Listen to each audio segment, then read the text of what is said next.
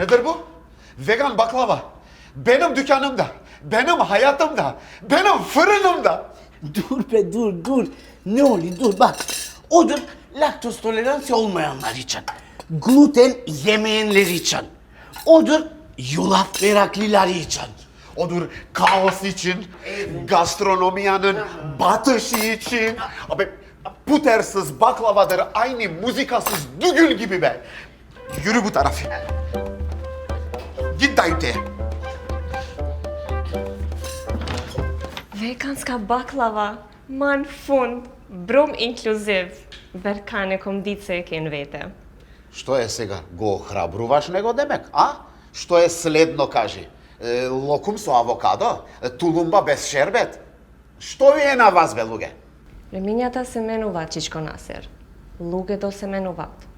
Тако треба да се менуваат и дезертите. Estağfirullah. Allah ya Rabbim sen büyüksün. Извинете, веганскава баклава готова е? Тоа не е баклава, тоа е криминал. Криминал? Е па 5 криминали тогаш, може? Allah'ım ya Rabbim sen büyüksün. Игнорирај го те молам. Дојди за 10 минути.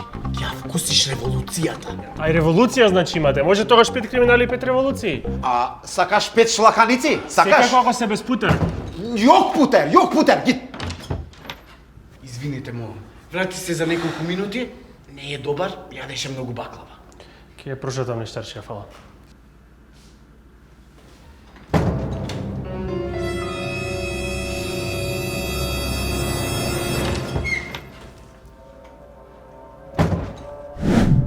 Дали ова тесто им шепоти на животните?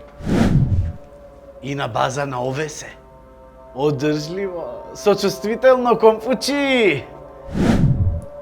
Коренот на универзумот е токму во природната храна.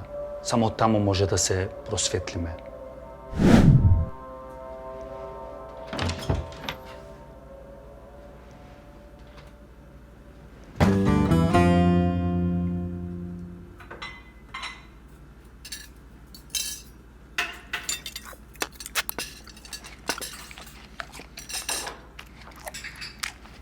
Bu çok güzelmiş mi? А demek güzel imiş ha? Abartma. Geçme şimdi bütün hudutları. Lazım bulasın başka bir isim.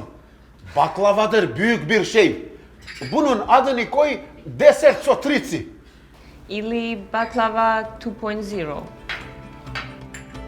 Bak deden takla atacak mezarında bunun için bilesin onu. Ey baba